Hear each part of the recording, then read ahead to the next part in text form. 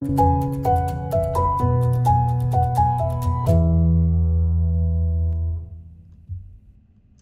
everyone, it's technology expert Burton Kelso here with another tech tip to help you get the most out of the technology in your life. Today we're talking about how to measure your bandwidth, your internet bandwidth, so that you get good internet with all of your tech devices. As always, before I start this video, please be sure to comment, like, and subscribe because I know you know many people out there that are struggling with the technology in their homes and in their business.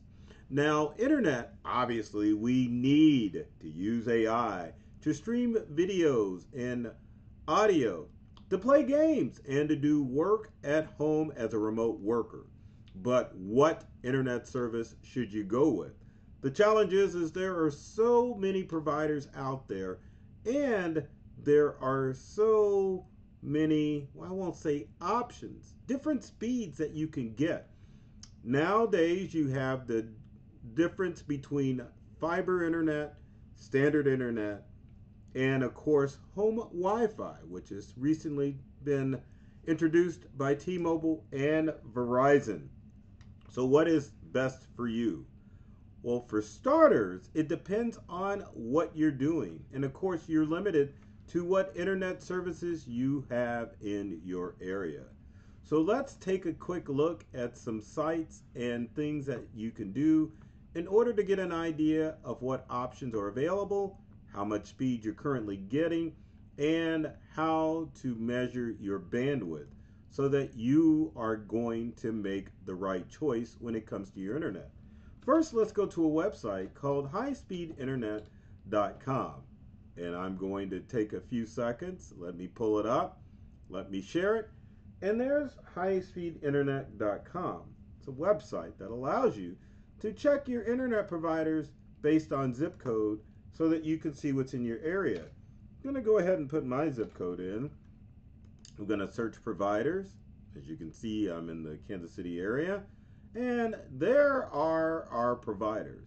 Now, you can do residential. You have the option to choose business, or you can even do mobile internet providers. So let's stick on residential for starters. Now, highspeedinternet.com is a pay-to-play website, which means that you need to be careful of the choices that you have available like you would Google. So going back to highspeedinternet.com, as you can see, there's an ad for AT&T, which is giving you speeds up to 5,000 megabits per second. This is an ad. Beware. Now, the real list actually comes below from AT&T, number one. Number two is T-Mobile Home Internet.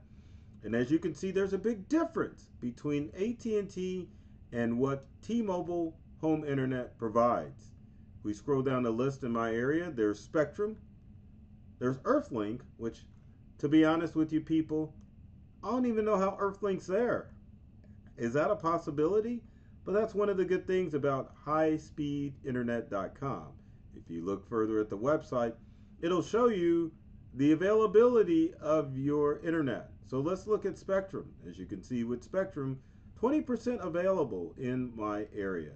With T-Mobile, 71% available. But as you go on, you can see all of the internet providers that are available and the speeds that they offer. Or do they really offer that? One of the challenges with internet companies is that they always use the terminology up to. So that means that you could possibly, in the best circumstances, get up to, say, 1,200 megabits per second or 5,000 megabits per second.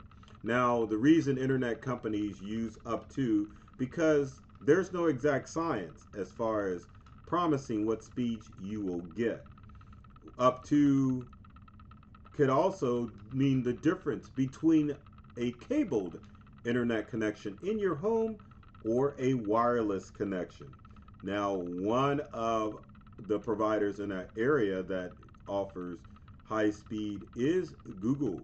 Now, Google will give you up to 500 megabits per second based on their plans, but also you should keep in consideration too when it comes to high speed internet.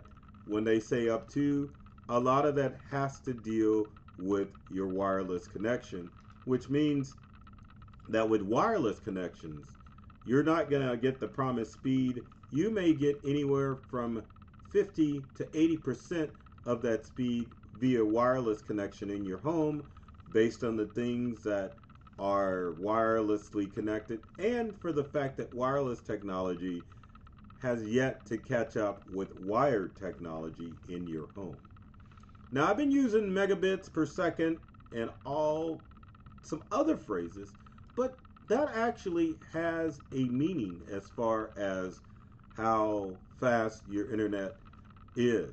So megabits per second is measured in your upload speed, meaning how quickly you're sending stuff to the internet, and your download speed, which is how quickly things are coming from the internet to your connected devices.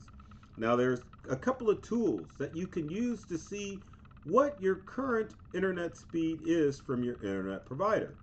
Going back to our screen, we're going to go to a website called testmy.net, which is Test My Internet Speed. Now, if you click on Test My Internet Speed, you can click the button. You can choose a difference between download speed, upload speed, combined of upload and download, and then latency, which is the time that it takes for information to come down off of the internet. So for the sake of time, let's do combined with internet, and keep in mind that I am wireless. So it's done with the test. It's going through a bunch of gibberish and other things. Feel like we need music from Jeopardy going on while this test is going on. Let's go back up to our test as it finished, and it tells me currently that my download speed, that's what that arrow is 98.1 megabits per second.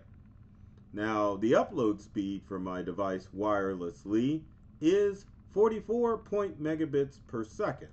Now, to explain, we have Google Internet, which is 2 gigabits per second, not 2, or gigabits, 2 gigabits per second, or 2 gigabit download. Now, realistically, if I ran a cable from my computer to Google, it's going to show that we're basically 2,000 megabits per second, which is basically 2 gigabits per second. So let's not talk in that nonsense. Just understand there is a reason why I'm not showing up of 2,000 megabits per second, because I am wirelessly connected. And for what I do on this computer, 98 megabits per second is pretty darn good, because I'm able to do interviews with national TV stations and international TV stations, also able to Zoom with no problem. So it doesn't always mean that you need the fastest to connect. You just need to keep in consideration what it is that you're doing with your computer and how you're using the internet. Now, there is a website called speedtest.net that I think lays out the upload and download speed a lot better. TestMy is more for people who want to get to the itty bitty science of how much stuff is being used. But with speedtest.net, you can go to the website and find out how quickly the internet is in a heartbeat. As you can see, speedtest.net will immediately let you know who your internet provider is. And that can be a challenge because some of you don't know who your provider is. Speedtest.net shows you. Let's click on the go button with Speedtest. And Speedtest wants to know my location, so I'm going to go ahead and say allow. But as you can see, using speedtest.net, it's reporting as far as my download speed that it's 104 megabits per second, which is outstanding for what I am doing. Now again, we're doing our upload with speedtest.net, and it shows that it's sending information from my computer to the internet at 86, 85, 84. Well, we'll see in a few seconds. 84 megabits per second. So we can download the app for Windows. We're going to ignore that, but at least we know that my internet speed is good enough for what I do. Now, what about what you do as far as your internet speed is concerned? There's a great website that helps you determine it, and it's by one of the least likely sources, and that is Consumer Reports. Let's take a look at this site so that you can get an idea of how it works. Let's switch screens. The website, basically you want to Google how much internet speed do you need. Once you're there, you can find this beautiful article and this chart that is going to show you how much internet speed you need. When we go back to the site, you can see that it's got basically a test of how much speed you need for just about anything. Group calls, security cams, you name it, it's got it there. Let's take a look at the site. So let's say I'm an average browser and I need internet speed, but I've got a family of 3 devices. As you can see, I need 15 megabits per second of internet speed. Let's get rid of that. Now let's go to about email and document sharing. 3 megabits for 3 devices. Not bad, not bad at all. Streaming video. As you can see, streaming video requires a lot of internet speed. Let's say that I've got the 4K package from my internet provider. As you can see, 3 devices. If you want to stream in 4K, then it's going to cost you quite a bit. Let's go online multiplayer gaming, and I've got 3 devices at home or 3 people playing. Same thing with group video calls. As you can see, video requires a lot. Now, what about my security cameras? They don't require that much because they don't work all the time. So 14 megabits per second. I got 7 devices in a video doorbell. Now let's see where that internet speed winds or starts to add up. I've got 3 people that want to use internet speed in my home, along with 7 cameras, 89 megabits per second. I've got some gamers in my home that play games, 119 megabits per second. I want to make the occasional video call, maybe on 2 devices. I want to stream music, which doesn't take much. I browse, and I do email, and we'll leave this streaming video.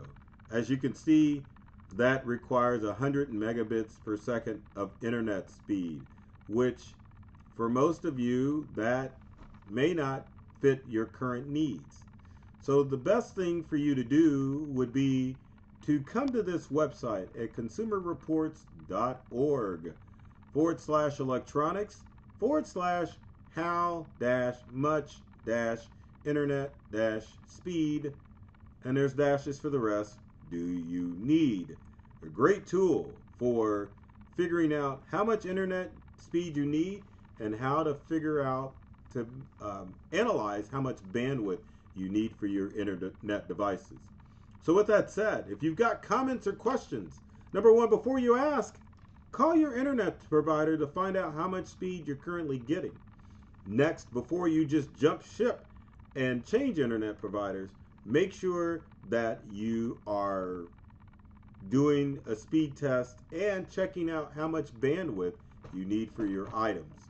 And then, if none of that helps, be sure to contact with me. I'd be more than happy to help you as far as things to improve your internet speed at home and at work. So with every video, my goal is to make sure that you are getting the most out of the technology you use at home and at work. I love technology. I've read all the manuals, and I'm serious about making technology fun, safe, and easy to use for everyone. So take care of yourself and do many things to make you smile. And thanks for watching.